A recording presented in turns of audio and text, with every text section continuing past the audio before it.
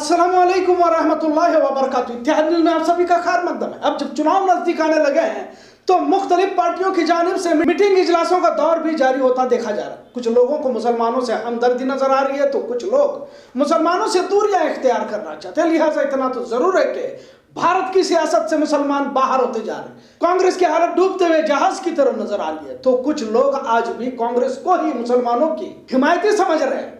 रियासत में आम आदमी पार्टी, एमआईएम, जेडीएस, कांग्रेस के साथ और भी दीगर पार्टियां सरगर्म होने के इम्कान है, पर क्या वाकई मुसलमानों का कोई सियासी वजूद बाकी है भी या नहीं, यह भी उतना ही अहम सवाल है। बेलगाम नॉर्थ के मुसलमानों की तादाद काफी है, पर क्या एक तरफा मुसलमानों को वोट गिरने से कोई उम्मीदवार जीत दर्ज कर सकता है? लिहाजा लिंगायत, मराठा, कुर्मा समाज भी कसीर तादाद में पाया जाता है। सबसे बड़ी ताज्जुब की बात यह है कि बेलगाम हल्के में कांग्रेस खुद मुख्तलिफ गिरोह में बढ़ते हुए नजर आ रहे हैं। हासिल इत्तला के मुताबिक कांग्रेस के ये भी पाटिल की सालगिरह बड़े पैमाने पर मनाएगी। अहम चौरस्तों पर इश्तिहार के होर्डिंग्स भी नजर आए। अब ये तब्दीली भी बहुत अहम है और इसी सालगिरह के मौके पर इजलास भी रखा गया था जिसमें कुछ मुस्लिम और बड़े पैमाने पर लिंगायत लीडरों को जमा किया गया था। अब इसे यूं ही हल्के में नहीं लिया जा सकता। कांग्रेस आपसी इख्तलाफात का शिकार जरूर हुई है और शायद आने वाले चुनाव में इसका असर जरूर देखा जा सकता है। अब मैं इस वक्त नाम नहीं लूंगा, लेकिन कुछ मुस्लिम लीडर जो अपने आप को बड़े लीडरों में शुमार करते हैं, मुख्तलिफ सियासी लीडरों की चौखट पे जाते देखा जा रहा है। इन्हें भी एमएलए बनाने का लॉलीपॉप दिया गया और बेचारा उम्मीद भी करना इनका कोई गैर जरूरी तो है नहीं। अगर महज बेलगाम शहर की बात करते हैं तो बेलगाम नॉर्थ ही एक ऐसा हल्का है जहां मुसलमानों की तादाद काफी है और इससे पहले भी 2 बार बतौर एमएलए जनाब फिरोज सेठ जीत दर्ज कर चुके हैं। लेकिन वक्त के साथ सांप्रदायिकता का जहर का असर मुल्क में देखा गया और बेलगाम नॉर्थ भी इससे मुतासिर रहा। जाहिर है नॉर्थ से कांग्रेस उम्मीदवार को हार का सामना देखना पड़ा। इसके लिए कुछ कांग्रेस से खुद भी आला लीडरों का दखल रहा है, ऐसा भी कहा जाता है और यही इसकी वजह रही कि ये कांग्रेस लीडर को यहाँ पर हारते हुए देखा गया। इसी तरह अलग अलग जगहों पर कांग्रेस के लीडर ही कांग्रेसी उम्मीदवार को हराने के लिए जिम्मेदार रहे। आज जब पूरे मुल्क में भाजपा अपनी मजबूत पकड़ बना चुकी है, इस बार भी कांग्रेस का इख्तिदार में आना बहुत मुश्किल नजर आ रहा है। चुनाव में ईवीएम का किरदार कितना है, इस पर भी चुनाव के वक्त तस्करे होते रहते हैं। यूपी, बिहार और दीगर रियासतों में ईवीएम मशीन से सिर्फ भाजपा की ही पर्ची निकलने के मंजर अक्सर देखे गए। कुछ ईवीएम घरों में तो कुछ सड़कों पर भी पाए गए। पिछले चुनाव से भी ज्यादा भाजपा और भी मजबूत होती दिखाई दे रही है। इसे कबूल इसलिए भी करना पड़ेगा क्योंकि महाराष्ट्र में शिवसेना को घुटने पर ला सकती है और दौलत, ताकत और सरकारी एजेंसियों के जरिए कहीं पर भी किसी भी पार्टी के एमएलए को खरीदने की कुव्वत भी भाजपा रखती है। तभी तो महंगाई, बेरोजगारी, बेकारी, भूखमरी कोई मायने नहीं रखते। और अमित शाह ने पहले ही कहा कि भाजपा आने वाले 40 साल तक हुकूमत करेगी। अब कुछ रियासत बचे हैं या जानबूझकर बचाए गए हैं, ये भी समझने की जरूरत है। जाहिर है मरकजी हुकूमत के इमदाद के बगैर रियासती हुकूमतों का वजूद भी काफी देर तक नहीं रह सकता।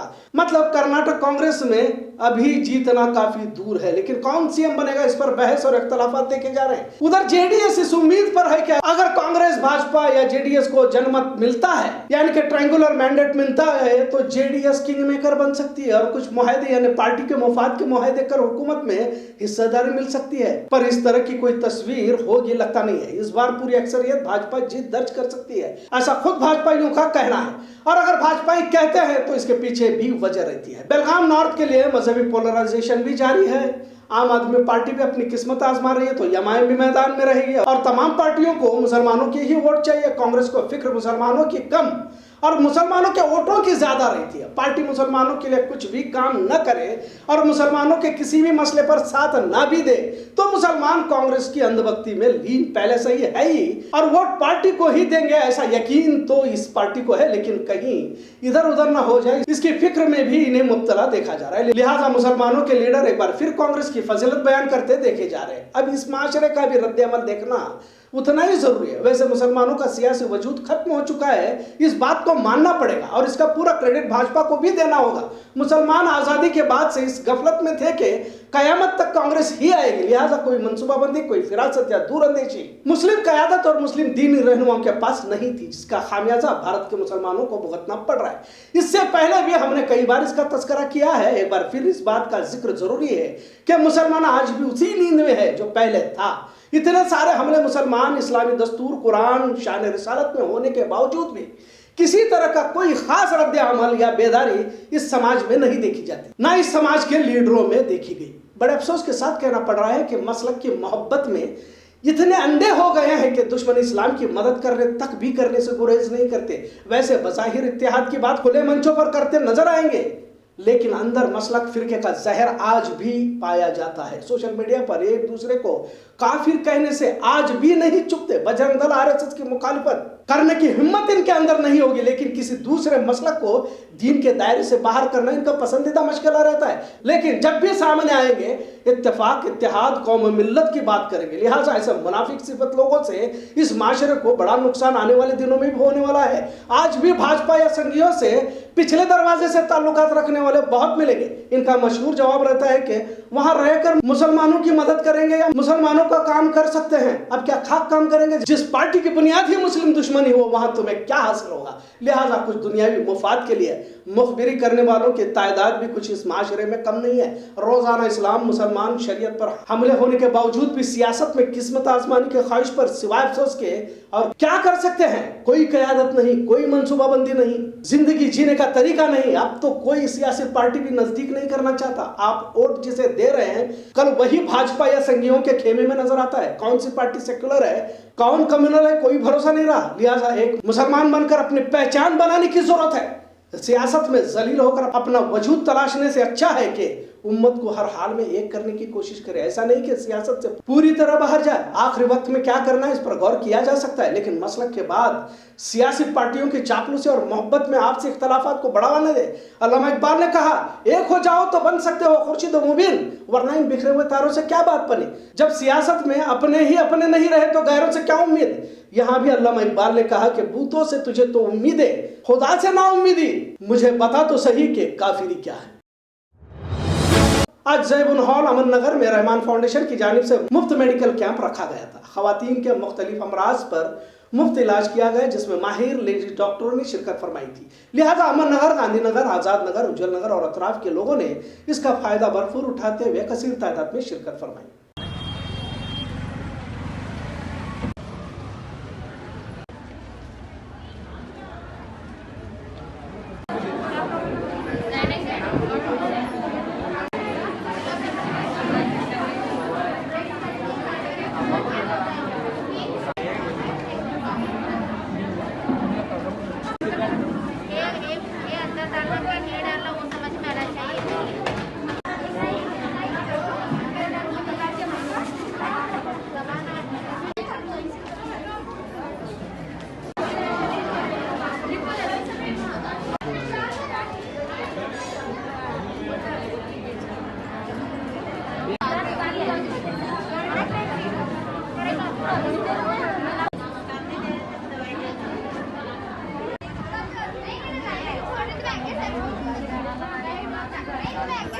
अस्सलाम वालेकुम, मैं डॉक्टर लुबना हूँ। मैं गायनेकोलॉजिस्ट हूँ, वर्किंग इन नोमानी हॉस्पिटल बेलगाम। हमारा आज यहाँ पे गांधीनगर में कैंप चला है, that is specially for females and female related problem. हम लोग यहाँ पे प्रेग्नेंट पेशेंट्स को कवर कर रहे हैं और हम लोग ये एजुकेशन देना चाहते हैं कि प्रेगनेंसी में क्या केयर लेना है। हर एक प्रेगनेंसी में एक पेशेंट को जल्द से जल्द डॉक्टर को दिखाना है, ताकि हम अपने पेशेंट को ट्रीटमेंट जल्द से जल्द स्टार्ट करें, जैसे कि उनके कमियों को पूरा करें और उनकी प्रेगनेंसी ठीक से आगे बढ़ाए, ताकि उसका आउटकम एक हेल्दी बेबी और हेल्दी मदर को लेके आए। और दूसरी बात, हम यहाँ पे उन लोगों को भी कवर करना चाहते हैं जो हॉस्पिटल आने से डरते हैं। स्पेशली औरतें अपनी फैमिली को देखते हैं, अपने बच्चों को देखते हैं, लेकिन अपना केयर भूल जाते हैं। बहुत सारे औरतों को औरतों का प्रॉब्लम है, लेकिन शर्म के मारे वो बाहर नहीं आते हैं। तो हम ये एजुकेशन फैलाना चाहते हैं कि अगर एक औरत, एक माँ या एक घर जो चलाने वाली है, अगर वो हेल्दी रहेगी तो ही घर आगे बढ़ पाएगा। तो उनको हेल्प करने के लिए हम सोसाइटी में आके, कम्युनिटी में आके उनको टारगेट करना चाहते हैं, ताकि वो अपने हेल्थ का केयर ले। अस्सलाम वालेकुम। ये हम लोग कैंप हमने इसलिए अरेंज किया है कि अक्सर जो है औरतें जो है हॉस्पिटल तक पहुंच नहीं पाती, इसलिए हम लोगों ने उनके एरिया में आके, उनके इलाके में आके ये कैंप ऑर्गेनाइज़ किया है, ताकि वो खुद आ जाके यहाँ पर उनके जो भी अंदरूनी प्रॉब्लम्स है वो सामने आवे, उनको सही से ट्रीटमेंट मिले। क्योंकि जब औरत मजबूत तो पूरा घर मजबूत। और बहुत बार ऐसे होता है कुछ फाइनेंशियल प्रॉब्लम्स है ये वो, तो इसीलिए हमने ये फ्री कैंप रखा है ताकि मतलब उनको फ्री चेकअप मिले और उनको हम सही से ट्रीटमेंट दे सकें। प्रेगनेंसी में भी दवाइयाँ सही से लेनी चाहिए। शुरू के 3 महीने फोलिक एसिड है, बाद में आयरन, कैल्शियम, प्रोटीन डाइट, ये सारी चीज़ें हम उनको एक्सप्लेन करवाते हैं कि कैसे उनकी डाइट होना चाहिए। और हम यहाँ पे ट्रीटमेंट भी लिख के देते हैं, कुछ हमारी जानिब से यहाँ पे कुछ दवाइयाँ भी उनको थोड़ी बहुत फ्री भी दी जाती है। बस हमारा यही मकसद है कैंप अरेंज करने का, ताकि हम इनकी एक फ्री में मदद कर सकें और कम्युनिटी का हेल्प कर सकें हनी सिद्दीकी के साथ। तो वो तो पूरी हमेशा उनकी यही कोशिश रहती है कि वो मतलब पेशेंट्स को हेल्प करें। और भी मतलब ये फाउंडेशन के ज़रिए और भी वो काम होते हैं जो उन्होंने शायद मेरे ख्याल से आप लोग बेहतर जानते हैं। और ये कैंप भी उन्होंने अरेंज करवाया है।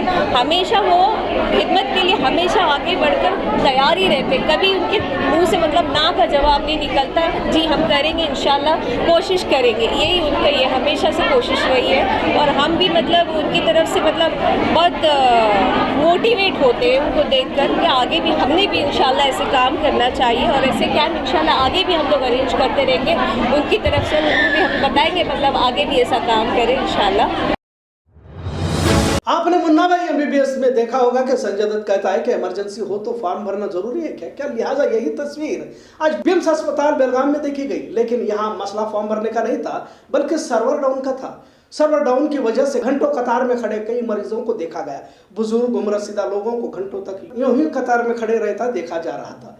आखिर इसके लिए कौन जिम्मेदार? ऐसे वक्त में अगर किसी मरीज को कुछ हो जाता है तो इसकी जिम्मेदारी किसकी? ऐसा सवाल भी अवाम की जानिब से पूछा जा रहा था। सरकारी अस्पताल अवाम की खिदमत के लिए होते हैं, लेकिन सरकारी अस्पतालों में तकलीफ ही ज्यादा नजर आती है। आखिर ऐसी हुकूमतों का क्या फायदा? ऐसा भी अवाम को कहते हुए देखा गया। बुजुर्ग खवातीन जमीन पर बैठ तकलीफ से कराते हुए भी देखा गया। खबरों का सिलसिला यूं ही चलता रहेगा। देखते रहिए इत्तेहाद न्यूज़। शुक्रिया, अल्लाह हाफिज।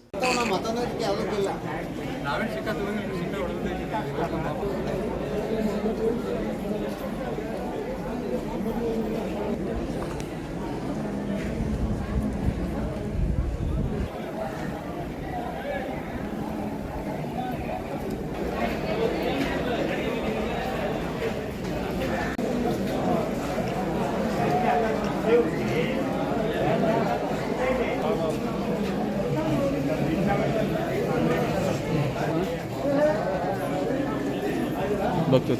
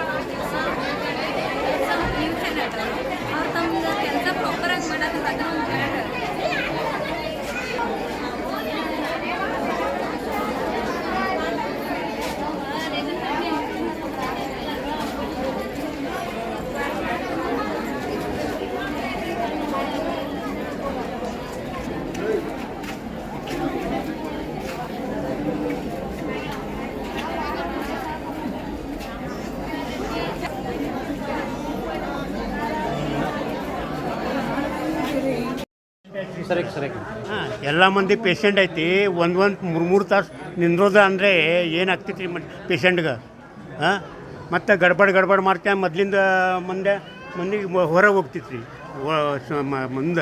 ಮುಂದೆ ಹೋಗ್ಯಾಸ ಜಗಳ ಆಗ್ತಾ ಚಾನ್ಸ್ ಇರ್ತೈತಿ ರೀ. ಏನು ಮಾಡೋದು ರೀ? ಹಂಗೆ ಮಾಡಿದಂದ್ರೆ ಹ್ಯಾಂಗೆ ಅದು ಏನು ಸಿಸ್ಟಮ್ ಇಲ್ಲ ಏನಿಲ್ಲ.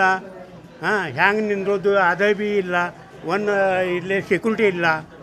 ಏನು ಮಾಡಿದ್ರಿ ಅದ್ರಿ? ಸರ್ವರ್ದ ಇದು ಪ್ರಾಬ್ಲಮ್ ಹೇಳ್ತಾರೆ, ಬಸ್ ಎಲ್ಲ ಬಂದ್ ಮಾಡ್ಕೊಂಡು ಹೋಗ್ತಾರೆ. ಅವ ಗೌರ್ಮೆಂಟ್ ಹಾಸ್ಪಿಟ್ಲ್ಗೆ ಯಾಕೆ ಬರ್ತಾರೆ? ಎಲ್ಲ ತೋರ್ಸಕ್ಕೆ ಬರ್ತಾರೆ. ಎಲ್ಲ ಪೇಷಂಟು ಅಲ್ಲಿ ಸಾಯ್ತಾ ಕೊಡ್ಬೇಕಾ? ಏನು ಮಾಡಬೇಕು ಅದಾರು ಯೋಚನೆ ಮಾಡಿ. ಏನಿಲ್ಲ ನೋಡಿ, ಕ್ಯೂ ನೋಡಿ ಎಷ್ಟೈತೆ ಕ್ಯೂ. ಏನು ಸರ್ವರ್ ಇಲ್ಲ ಅಂತಂದ್ರೆ ಗೌರ್ಮೆಂಟ್ ಅಂತಾರೆ ಯಾಕೆ? ಏನು ಗೌರ್ಮೆಂಟ್ ತೊಗೊಂಡು ಏನು ಮಾಡೋದು? ಅದೇ ಒಂದು 100-200 ರೂಪಾಯಿ ಹೋಗಿ ಅಲ್ಲ ಡಾಕ್ಟ್ರ್ ಹತ್ರ ಹೋಗಿ ಬೀಳ್ತೀವಲ್ಲ.